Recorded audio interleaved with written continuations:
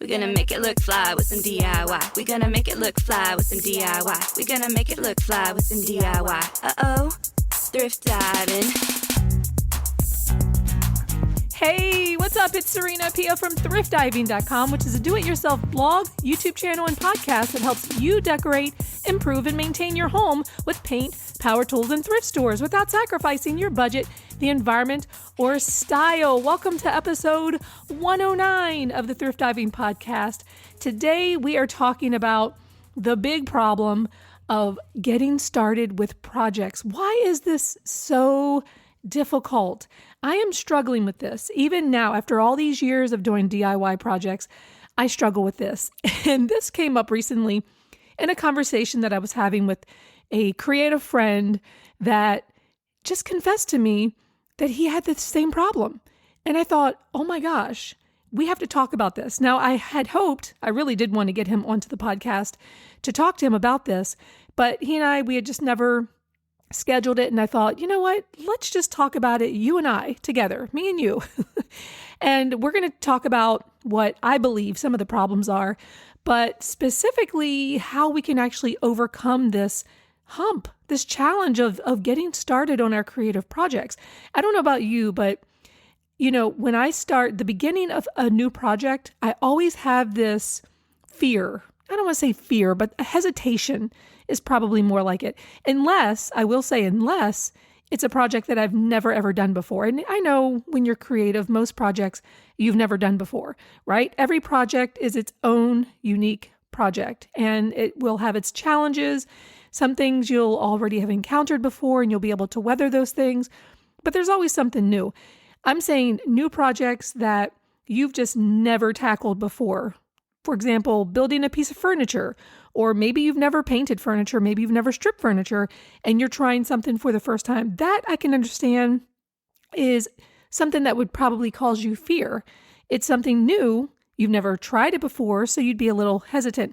But I'm not really talking about those kind of projects. I'm talking about the ones that you know what you're doing. You know how to clean a room. You know how to declutter. You know how to paint. You know how to strip furniture. Maybe you know how to build something. I'm talking about the things that we know how to do and we still enjoy it for the most part, right? We're all creative people. If you're listening to this podcast, I'm assuming that you're a creative person and you like working on projects. Once you get going, you just take off. Like there's no stopping you, but it's that getting to the point of, okay, now I'm in my flow. Why do we always hesitate? Why do we procrastinate? And the reason I'm thinking of this is not just because of the conversation that I had with this person, but because of my own hesitations in just literally every project. It's so hard to get started. And I find myself wasting time in the mornings. You know, what my schedule is I will wake up. I usually will run 3 to 5 miles, Monday through Friday. And then I'll take my son to the bus stop. He's in 5th grade. He doesn't necessarily need me to walk him there, but I'll admit I'm kind of a chatty Cathy. And I will go to the bus stop and start talking for like 30 minutes with the people that are down there, the other parents. And so that's like my social interaction for the morning. And I really enjoy that. So I will take him down to the bus stop, talk to the friends, my neighbors, come back, make oatmeal, work on my puzzle, because I do jigsaw puzzles every morning, Monday through Friday. I love it. And then there's this period between 9:30 and 11 that I start procrastinating. It's this period where I know that I've got to get to the shed, check my email, dig into whatever project it is that I'm working on this particular day. But there's something that just prevents me from just jumping right in. Sometimes, even if it's a project that I'm already in the midst of, it doesn't even have to be just starting a project. It can just be getting going for the day. It's very challenging, and sometimes I'm not sure why that happens. But I did make a list of things that I'm pretty certain are reasons why this happens. And I wanted to talk about this because you may be struggling with some of these reasons as well.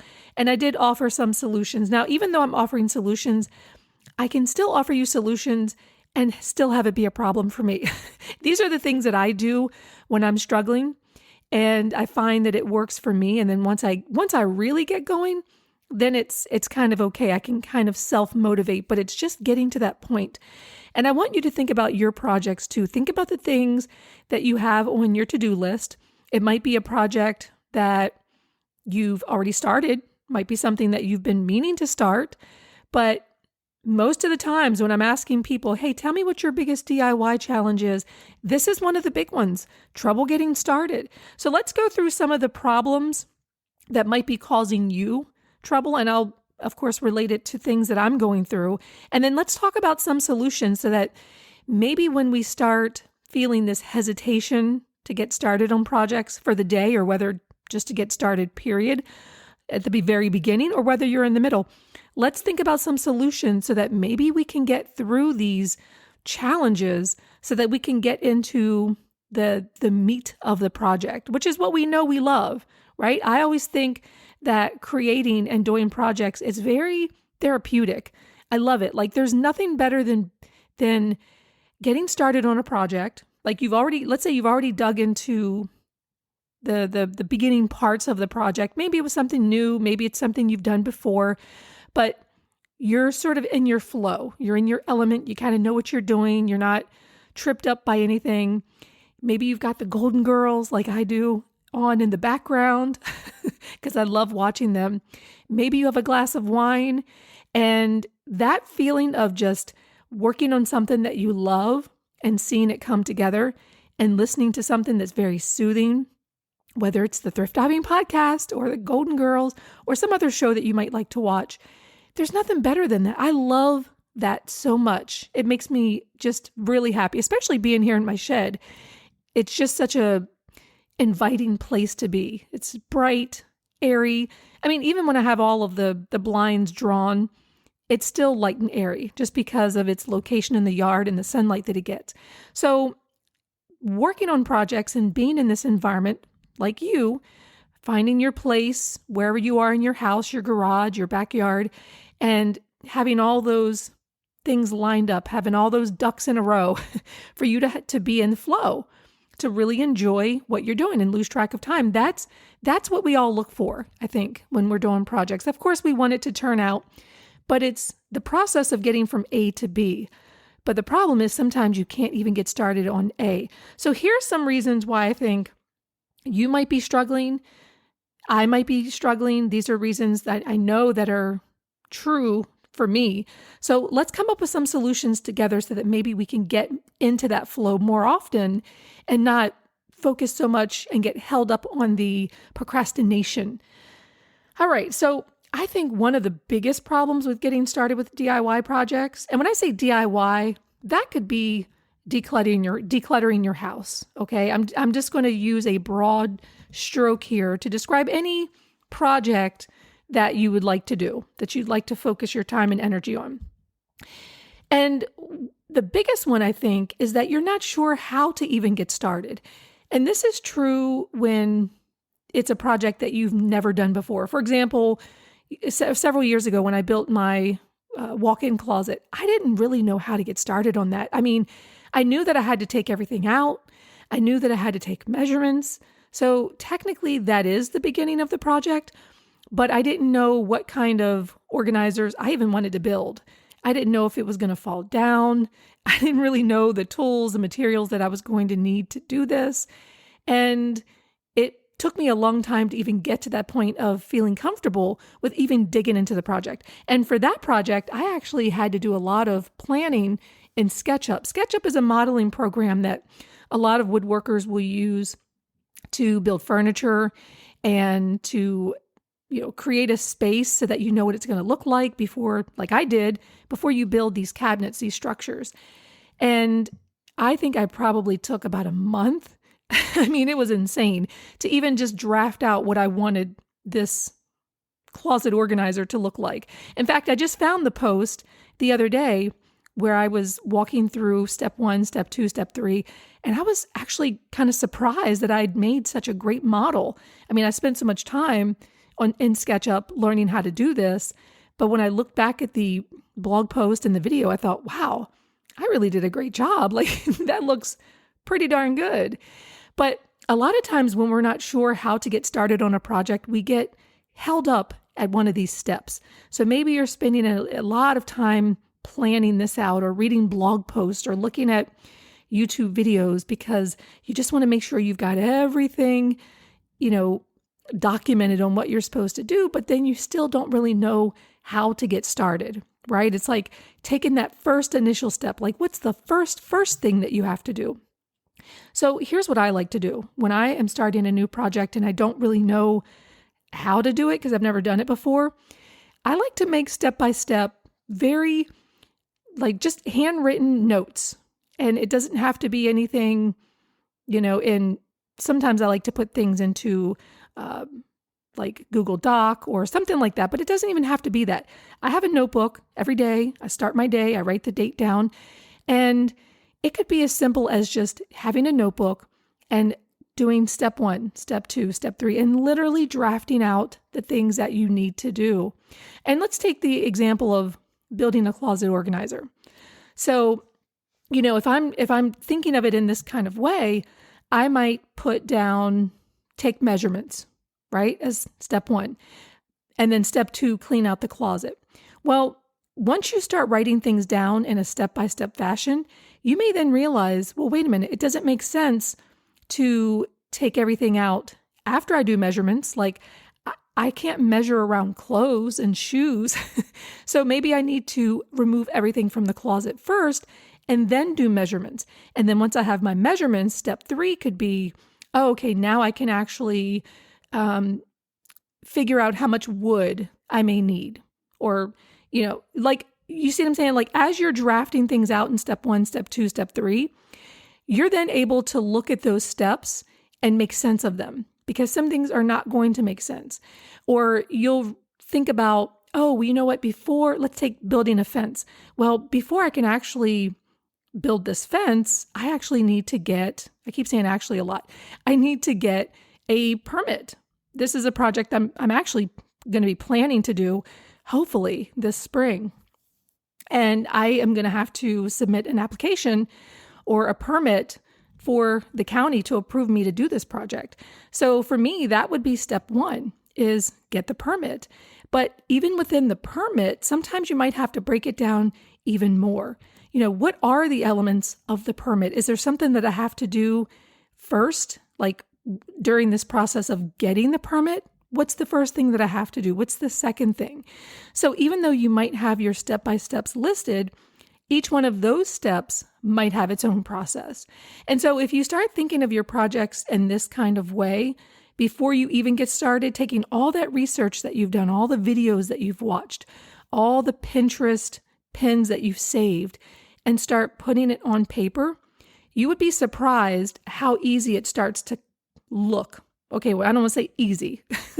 It can still be overwhelming, intimidating, but you start feeling like, okay, these are bite-sized steps that I feel like I can tackle. And so with the case of the closet, when I realized, okay, maybe the first thing I have to do is to draft this thing out in SketchUp. Then once I have that, then I can actually figure out how much wood I need, and then, figure out how much edge banding that I need. Like, there's different materials that you need, and even just listing those out so that you know all the things that you have to buy gives you something that you can do. And I think we have to also change the way we're thinking of our projects. Sometimes we just want to jump right in, right? Like, whether it's something big like building a closet organizer, it could be refinishing your dining room table. Sometimes we have to realize that even the stuff that we do before we're pulling out the paint or the power tool, those are still steps that we're completing. So we shouldn't necessarily feel like, well, I'm not making progress on this project. Well, yes, you are, because step 7 may be pulling out that paintbrush. You just cleared steps 1 through 6 in the last week. So you're making progress. So don't necessarily feel like you're not getting started on that. You are doing some things that may not be like the fun thing, right? It's all the stuff leading up to. It could be going to Home Depot, just even looking at paints. Maybe you don't even know what paint color you want, but that's one of the steps on your list, is figuring out what paint you need. So when I find myself looking at a step-by-step checklist, it helps me to organize it in my mind a little bit more. And so that even if I'm not doing the nitty-gritty stuff of building or painting or, planning this out, I can at least do the easier step 1, step 2, step 3, so that I am making progress. So I know we talked a lot about this, but if you are doing a project that you're not sure how to get started, literally try this. It's the easiest thing. And when you start checking off some of those boxes, you start feeling pretty good, and it gives you more motivation to keep going to the next step. All right. So another problem that you might have, and I kind of talked a little bit about this, is that you might not have all the materials. Oh gosh, I was telling somebody this recently in an email. The more DIY projects that you do, the more materials that you start to amass, right? You've got this DIY toolbox that's got paints and all kinds of like power tools and drill bits. Like you've got a lot of things, but not every project is going to have all the material. Like you don't have all the materials that project is going to need. You're going to have to buy some things. I can guarantee it. Unless you're really just trying to stick to the materials that you have, then okay, you can come up with a project. But for most projects, I know for me, I usually have to buy at least 1 or 2 things, even though I've got most of them on hand. And so what can hold you up in the beginning of a project is when you don't have all the materials. And sometimes it's a matter of not knowing what you need. I should say not knowing what you need and not knowing what you want, right? Going back to the paint color, you might be stuck on trying to figure out what paint color you want. And if it's a case of you're not sure what material you want, I would highly recommend posting it on your Facebook or maybe on your Instagram and just say, hey, what paint color do you like best? I'm thinking about painting my dining room table. What color do you like best? And sometimes having an audience weigh in, it really helps you make a decision because you're like, wow, okay, everybody likes red. I was thinking white, but maybe they see red as being a really great color for this. I didn't think about that. Okay, maybe I'll consider that. And that might help you get over the hump of not knowing what material to choose. Sometimes you just don't know what material you need or what tool you need because you're inexperienced and you've done some research, you've looked at the blog post, you looked at the videos, and you're still not sure. And in that case, sometimes what you can do is you can actually email the blog owner. Now, this one's kind of up in the air because I can tell you not all bloggers, not all YouTubers are even going to respond to you, especially if they have a large audience. They may not respond to you. But sometimes if you are, really, really stuck, email them, and sometimes they may actually email you back and let you know, hey, you know what? You definitely need this tool. So have a complete list of what you need and start gathering those materials. And here's the thing. As you're working on a project, I guarantee that you're going to need 1 or 2 things that you didn't foresee. That's just how it goes. And sometimes that can stall a project in the middle. And sometimes it can completely derail you, right? Something else comes up, you're waiting on a different paint or material or tool, and next thing you know, it's 9 months later, and the project is sitting in the corner. Try not to let that happen. I know it's problematic for a lot of us, but just try to get what you need before you start the project so that you don't have those mishaps of you needing to wait on something for 2 weeks or something. I mean, most times we get things on Amazon and it comes pretty quickly, but there are times you look for things on Amazon and those things are not shipping out until like a week and a half. And you're like, what is going on here? Come on, everything should be like 2 days, right? But if you create this master materials list of all the things that you envision that you will need for this project, it helps you to feel, again, more in control of this project, and it helps you to be able to move forward. But here's the other thing, and this is a big one for me. I don't know if this is a big one for you, but this is a big problem for me that prevents me from moving forward and getting started on projects. But I literally hate the idea of pulling everything out. Does this drive you crazy? Oh my gosh, just thinking of all the tools and materials that I have to go and find. And not everything is in one place. I've got some things in the garage. I've got some things here in my shed. Some things I don't even know where they are. They're hidden in some box somewhere. So thinking of the effort it takes to go and pull everything out is literally a pain in the butt. I don't like it. I don't like it at all. So what I've been trying to do is really get into the habit of cleaning up. Now, the best solution for me is that everything that I would typically use would be here in the shed, but I can't bring everything in. I don't want to bring everything in. And the same thing could be true for you. You might have some materials stored under your bed. Some things might be in the utility closet. But if you create a good system for knowing where everything is and putting things back when you're done projects, and you know that, I know for a fact my scissors are in this location. I know for a fact my washi tape is in this location. When you have that master checklist of things, because remember, you just wrote everything down step by step. Here's all the materials I need. When you have everything listed down, it's literally going from place to pull it all together. And in that case, it's not very difficult. It's, you could be walking around with a bucket and you're just putting like you're shopping your home. That's what it feels like. You're shopping your home. You've got your basket and you're walking around picking out the things that you need for your project to go take to the location where you're going to do the project. That makes things a little easier. And I can tell you the times when I've put things back and I know where they are. It's hanging up on the pegboard in the garage. It's so much easier to just get started knowing that it's there. When I've had to look for things, it deters me. It makes me not even want to work on the project. And sometimes I will just say, I'll work on it tomorrow. I don't have the energy to go and look in all these baskets for things that I just never put back. So get in the habit of putting your things back. It really, really makes it so much easier for the next time when you're ready to just jump right into a project. All right. The other problem is that sometimes you just really don't give a crap about that project.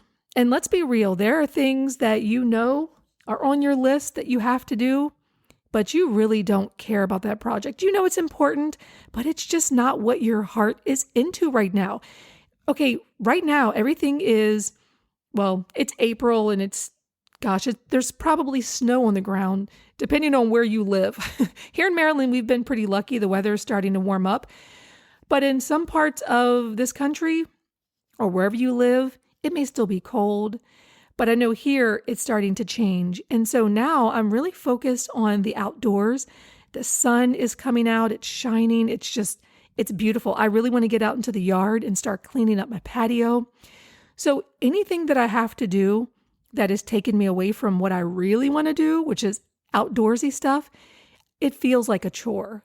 So right now, I'll tell you the project that I'm working on right now is I am decluttering my utility room. This is the ugliest place in my house. Well, aside from the garage, it's the most cluttered.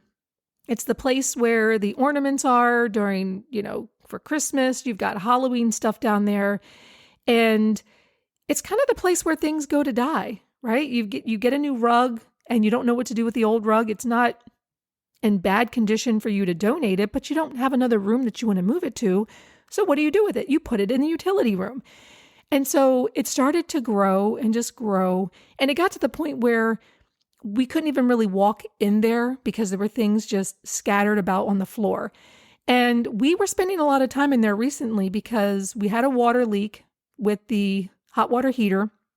And when the guy came to fix that, he also told us that the water main that's coming into the house, the main water shutoff valve, that needs to be changed. Right now, we just have like one of those old time screw, righty-tighty, lefty-loosey. And he's like, well, homes are not being built with those anymore. Those actually can leak. And by the way, it looks like yours has a slow leak here. And I'm like, okay, come on, buddy. Tell me how much this is going to cost. Well, it's going to be about $1,200 to change, $1,200 to change this valve. So thinking of even having a crew come in to change this valve for $1,200, they can't even really get there to access it. There was just so much junk. So this is the project that I'm working on right now. It's also being sponsored by Filter By. It's a company that I order my filters from, and I just happened to see them at the National Hardware Show recently that I told you about in January. And so they're sponsoring that project. How cool is that, right?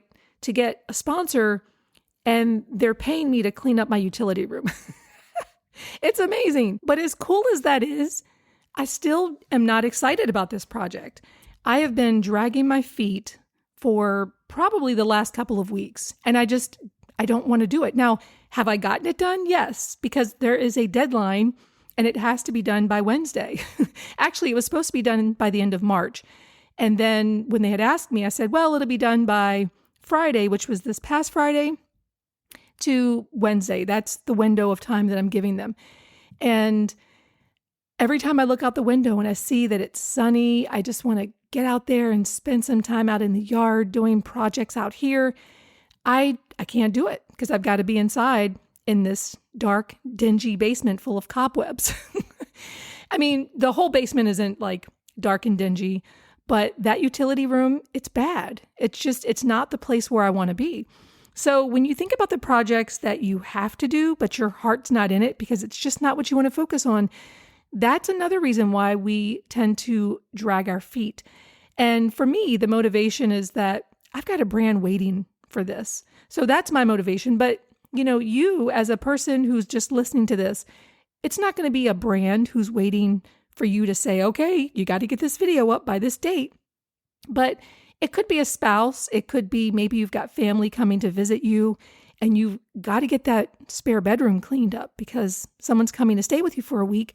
They have no other place to stay. You got to get it done, but you don't really feel like it, right? Like it's just, you want them to come and stay with you, but you just don't feel like spending the time because it's going to be a lot of work and you would much rather be outside planting flowers or, taking care of like the fun stuff and not the stuff that just feels like work.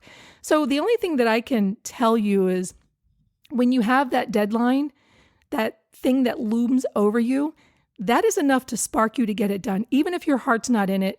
So if you don't have a deadline like I do, right? Like you don't have someone coming to visit you that's telling you, hey, you've got to get this spare bedroom cleaned out. A good way to kind of force yourself to move in that direction of I've got to get this done by is to set a deadline.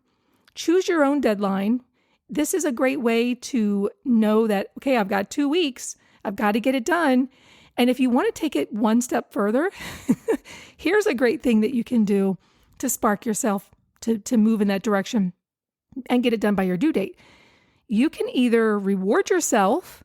Maybe you want to go and get a massage. Hey, if I get this done in the next 2 weeks, I'm going to take myself and treat myself to a massage. Or you can also tell yourself, if you don't get it done in 2 weeks, then there's a negative consequence. Maybe you have to contribute to a political person's fundraiser that you would never want to donate money to. Or, maybe you're somebody who just really loves caring for the environment. And so maybe you have to donate money to like an oil company. I don't know how you would actually do that, but you see what I'm saying here. Something that is going to feel really terrible if you actually don't meet your goal, that can actually spark you to put a little bit of effort behind this thing that you just don't want to do. So those are a couple strategies. For me, I do love that I have the deadlines and expectations of brands because sometimes I wonder how much I would actually get done if I didn't have expectations and dates of when things were supposed to be done. As much time as it takes sometimes for me to get through projects, I tell you, like sometimes it would probably be like one project every 3 months, especially if they were big projects like building a walk-in closet organizer. That one did take months, actually. It took a long time. But for you, I think if you just set up either a reward or if you set up a consequence, like a negative consequence or something that would not be very pleasant for you to experience, those can be motivators too. But if you've got somebody coming to stay with you and you've got that hard deadline or, you've got to get this room done before you go on vacation, those things can really help spark you when you're not feeling motivated to do it. So that's a solution that could work. So another problem is sometimes it just feels like work. And I really tell you to focus on the process and bring things into the project that feel really good. As I mentioned, I love watching the Golden Girls. And so when I'm working on projects, I like to bring my iPad. I'll listen to the Golden Girls.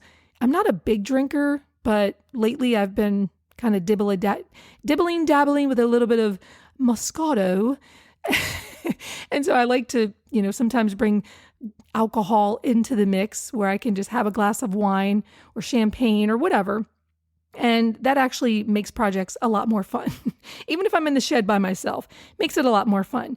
But think about even inviting a friend over or calling a friend if you're doing a project, or if, let's say you're cleaning out a room and it's just boring just being in there by yourself, or cleaning out the basement.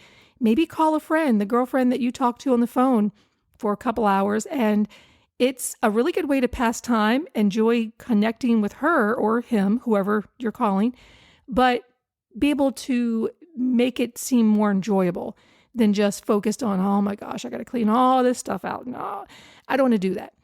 So those are some things that you can do to make the process more fun if it really feels like work. But again, that's more, I would say, the projects that are like the decluttering, the things. And I mean, I enjoy decluttering. As many of you listening, we probably do enjoy it, but getting started, it's so hard.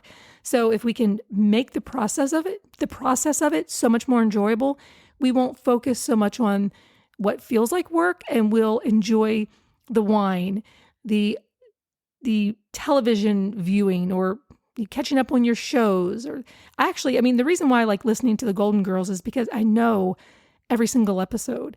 So I don't actually have to watch and pay attention, which would be very distracting.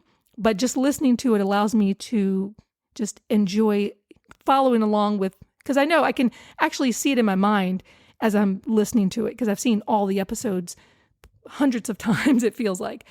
So listening to your favorite music, anything to get you more focused on the process and having that be enjoyable than just the work part. So another thing too is that you might not just have any structure to your day. And I find that this is a huge problem for me. I told you about my morning routine. That's pretty structured, but it's that time period, as I mentioned, from like 9:30 to 11:30. Sometimes I can distract myself by dirt on the kitchen floor, and I'm like, I guess I should probably vacuum.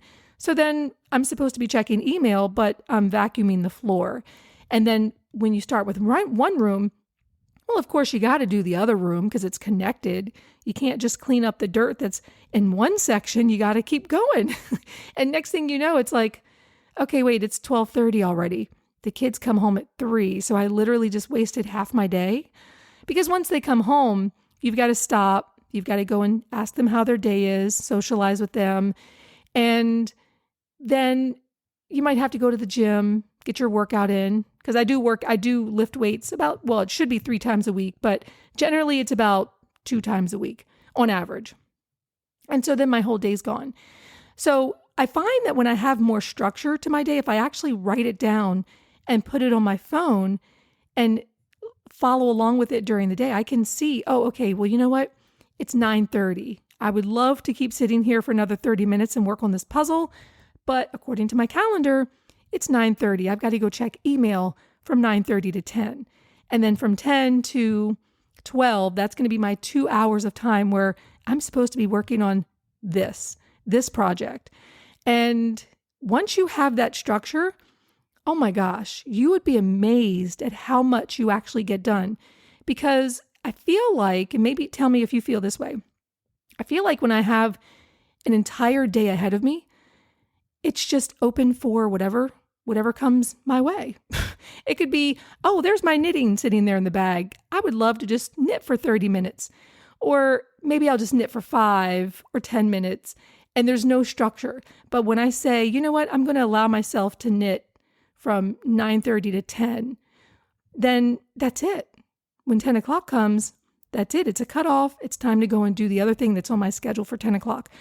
So if you're not somebody who's ever really operated with a schedule like that, I know it feels just too structured, but I would just tell you, give it a try.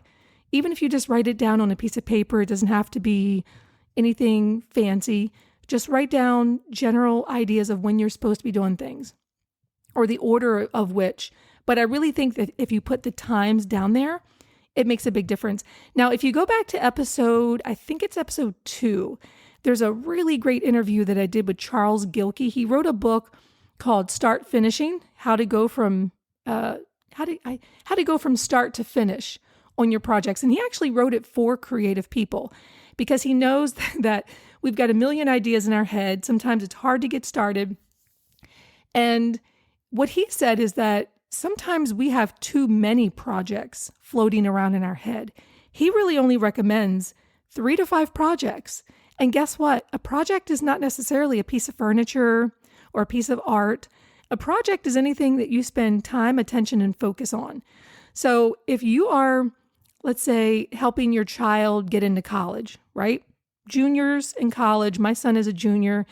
This is like the time where we've got to sit down and start thinking about, okay, what's coming next? We've got to do the common application. There's like scholarships you have to apply. Like that's a project. That's a project. If you're losing weight, that's a project because not only are you spending time exercising, lifting weights, you are tracking your food, you're documenting your progress. Like that's a project. You spend time, attention, and focus on that. So he doesn't recommend any more than 3 to 5 projects. So if you're trying to do a whole bunch of things at one time and refinish your dining room table, well, guess what? You may not even have time to refinish your dining room table. So I'm not going to go into how he goes about talking about time blocking, but I highly recommend you go back to episode 2 and listen to that. I will leave the link down in the show notes for the book. I have the book. I love it. I think he has an Audible version as well. I love this book. And I actually need to go and read this book again because it's that phenomenal. So think of your schedule in terms of what am I going to do first, second, third, throw some times in there. And then using this idea of time blocking, which again, listen to episode 2, that really helps me get things done in projects. But I realize when I don't have that time structure, when I do not set that structure for what my day is going to look like and add in time for those projects, it just doesn't happen. It doesn't happen. So that's one thing that I definitely have to work on.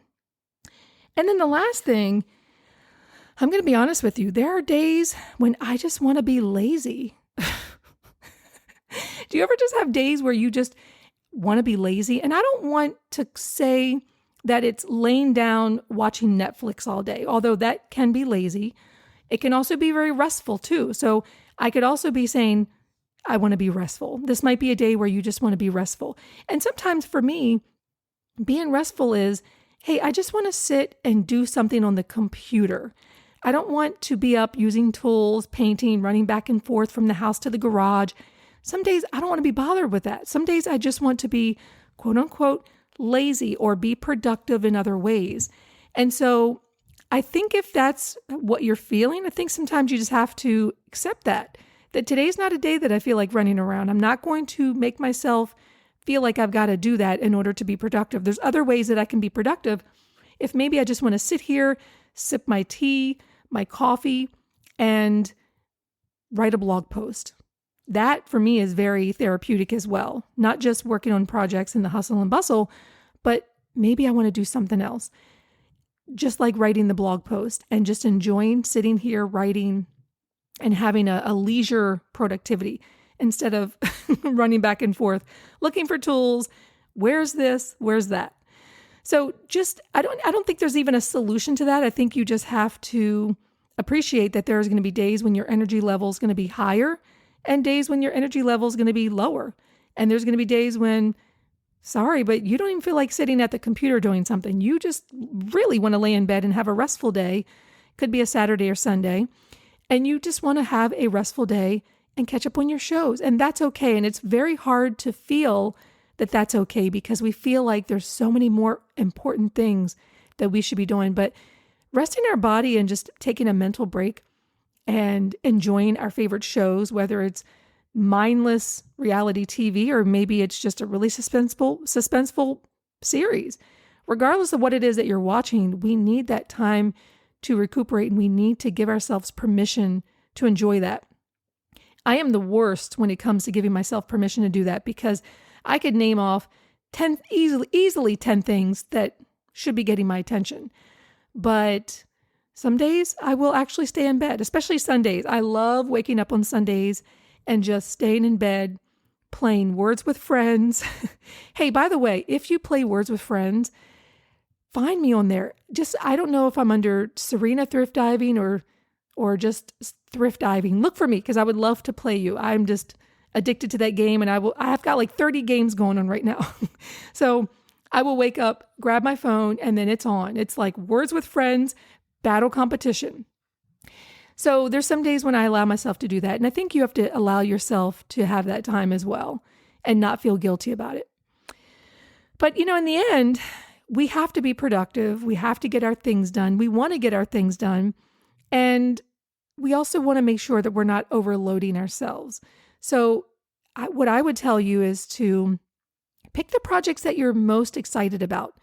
So there might be a project that you have to do. Like, I have to do this utility room. I just have to. I can't get around it. And it's also good for me to get it done so that we can actually step in there. We can replace the water heater that needs to be replaced. We can replace the water valve with the correct handle. Those things have to be done. But I would also recommend you to have one of your projects be something that you're excited about. Because I don't think that all of your projects should be things that you have to do. There should be something on your list that you want to do.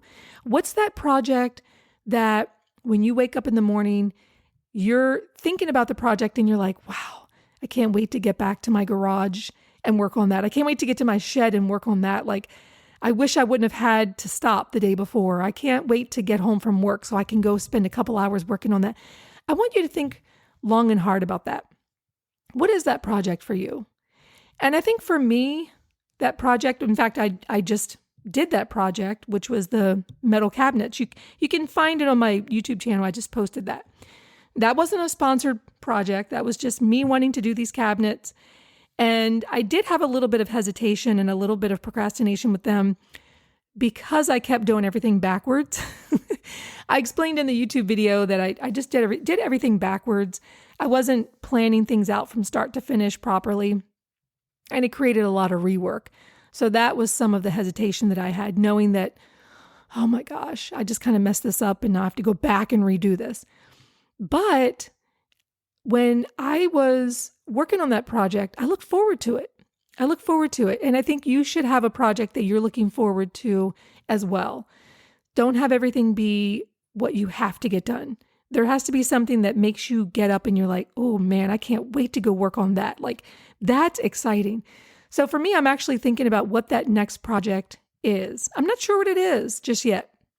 I do know, I can tell you that this week, I'm actually going to be putting a gazebo together. This is another sponsored project that I'm doing with a company called Sunjoy. And they sent me a really nice gazebo, and I'm running out of yard space, guys. I'm running out of yard space. So I'm a little concerned that I'm not going to be able to find a place to put this 11 by 11 gazebo. So that's going to be my project this week. And, thinking about the topic we're talking about here, I did kind of procrastinate with it because I wasn't sure how to get started, right? Like, I'm not sure. I'm putting it together. I don't think it's going to be too difficult. I'll look at the instructions, but I don't know where to put it. So because I'm kind of running into that issue of space, I've been a little bit procrastinationish. Is that a word? Procrastinationish? But it has to be done by the 10th. So I've got that hard deadline, and it's going to be done by the 10th. So be looking out for that. And I'm hoping that I'll be able to create like a nice little seating area for my family. I did try to do something like this on the patio last year and do my own sort of canopy with the mosquito netting. I didn't like that it blocked the sun, and there's a couple things that went wrong during the project. So I'm going to be pulling that down, and I'll be using the gazebo. So you'll see that coming up very soon in the next week and a half. I've got that deadline looming over my head.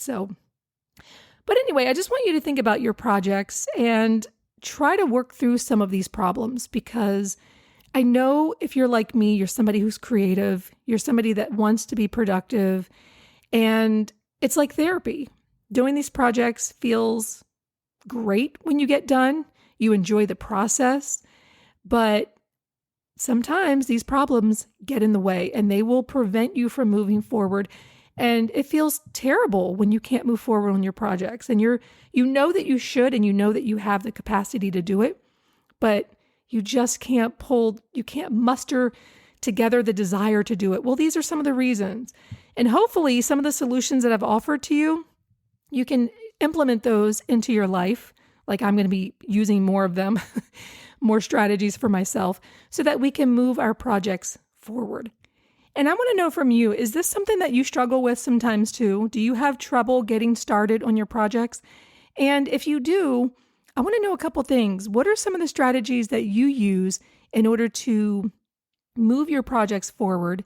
And have you actually thought about the reasons why you get tripped up and why you procrastinate? I would love to know from you. It could be one of these problems that we mentioned, or maybe it's something that you've been experiencing yourself that I didn't mention. I would love to know what it is that causes you to procrastinate, and how do you move forward when you feel that procrastination? Or do you? Maybe you don't, and maybe you just want to talk about it. Send me an email, serena@thriftdiving.com. I would love to talk to you about this. Or you can hit me up on Instagram @thriftdiving. Let's talk about this, and let's really make an effort to move our projects forward. So I think my homework for tomorrow is to actually make sure that I've got this list of what I'm supposed to be doing and the times, this schedule. It really, really, really works when I actually utilize it. So let's see how that goes. It's spring break for my kids this week, so it's going to be a little difficult because they're home, and that really throws me off, because then I tend to wake up later. It feels like Saturday. Every day of spring break feels like Saturday. And then I get started on my morning run late, and then everything just gets pushed back. And I've got some other things I've got to do this week too. And there's one other thing that I want to share with you. This was a big aha moment that I had this week when I'd found myself complaining to my husband, telling him, oh my gosh, I've got to take our son to physical therapy. We've done that twice this week. I've had to take them to their annual checkup at the doctor, and then soccer practice started, and then yesterday was a soccer game, like all these things that I had to do. And I thought, gosh, it's just really cutting into my time. Like I didn't get a chance to go to the gym this week and to lift weights. And it just really is pulling on my time. And I just had to step back from that for a moment. And you know what I thought about? I thought about the parents that have sick children. And when I say sick children, I mean children who are sick, whether it's terminally ill sick, or maybe they are caregivers for their children who have conditions that they're just not going to improve. That's their status, their health status. And I had this sobering moment when I thought, wow, that's so wrong of me to complain about having to take my son to physical therapy. I mean, he's literally okay. He fractured his knee. It wasn't a huge fracture. He was off sports for about 3 months. He's just now getting back into sports, just started soccer this week. And so taking him to physical therapy is really not a big deal, right? Like it took up an hour or two of my time. But when I think about parents who every day, this is what they have to do, take care of sick children or take their child to multiple doctor's appointments, and this is a lifelong condition that they have, I really understood that I was complaining for nothing. I couldn't believe that I was actually complaining when my child had to go to 4 weeks of appointments. That's nothing. That's nothing compared to someone who has to go indefinitely because their child has a chronic condition that requires so much care that they've got to go multiple times a day. Or maybe their child is sick and is not going to get better, and maybe it's a terminal illness. And I really had to step back from the complaining that I was doing this week and think, gosh, I'm really, really lucky. I've got healthy kids. And just because I've got to go to a few doctor's appointments, that's taken me out of my routine. How dare you? How dare you complain? So I just wanted to share that with you. And I was going to make a whole episode about it, but I was like, you know what? I don't think I need to do a whole episode. I just wanted to share that with you at the end because it just was this moment of clarity that sometimes when we find ourselves complaining about something because things aren't going our way or something is taking up time, that we could be using that time to do other things. Take a moment and actually think about the fact that things could be so much worse. You could be taking your child to a doctor's appointment for a condition that they won't recover from. You could be taking your child to a doctor's appointment for a condition that they could actually lose their life. And here I am taking my son for a small patella fracture for 4 weeks. And I'm kind of complaining because I didn't get a chance to go to the gym this week. And when I had that moment of clarity, I thought, oh my gosh, Serena, whoa, hold up. I'm sorry. Like I had to apologize to the universe. I'm sorry. I didn't mean to be so ungrateful for what I have. So if you ever find yourself this week or maybe next week, anytime in this situation where you're complaining about something, take a moment and stop and think, wow, this could be so much worse. And when you think about it that way, you realize that you don't have anything at all to complain about. You actually have it pretty good. There's always going to be people that have it better than you. People that have nannies that will take their kids to this appointment and that appointment. But then you have those parents who have children who have to go to appointments indefinitely because they have conditions that are chronic, that are not curable, that are not going to get better. And sometimes they may get worse. So when you think of it that way, you realize you don't really have very much to complain about. So that frustration that I was having during the week, oh my gosh, I don't have a chance to get this utility. I got to get this done. I'm under deadline here and I can't go to the gym.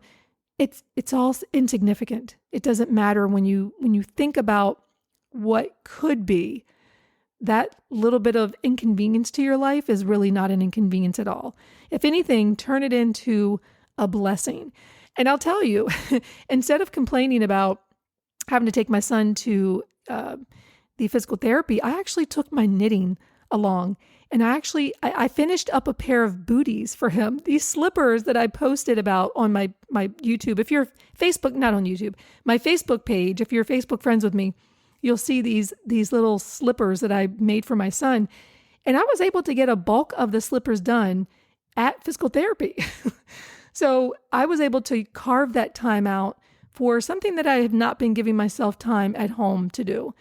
And I took something that I was looking at as a negative, right? It's taking time out of my evening. And I really turned it into a positive by what I was able to create while he was doing his physical therapy.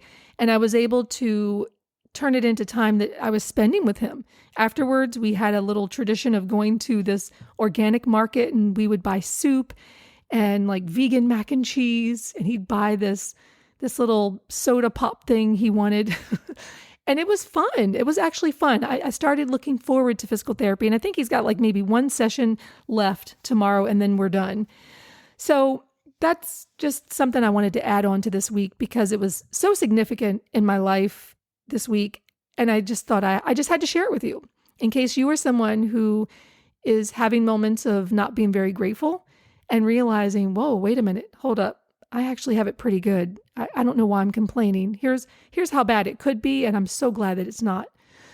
Anyway, that's what I have for you this week. I hope that you have a great week. Spring break is going on for us. I will definitely come back next Friday. And I hope that you enjoy whatever you have going on for spring break. I hope you have great weather and get outside. Maybe if you have great weather, do some yard work. I've got a lot that I need to do here, but I'll be putting up the gazebo this week. So look on Instagram because I'll be sharing some behind the scenes of that. All right. Have a great week and I will see you next episode. Diving. Find it ugly, make it pretty. Paint the power tools, alright. Saving money with those thrifts.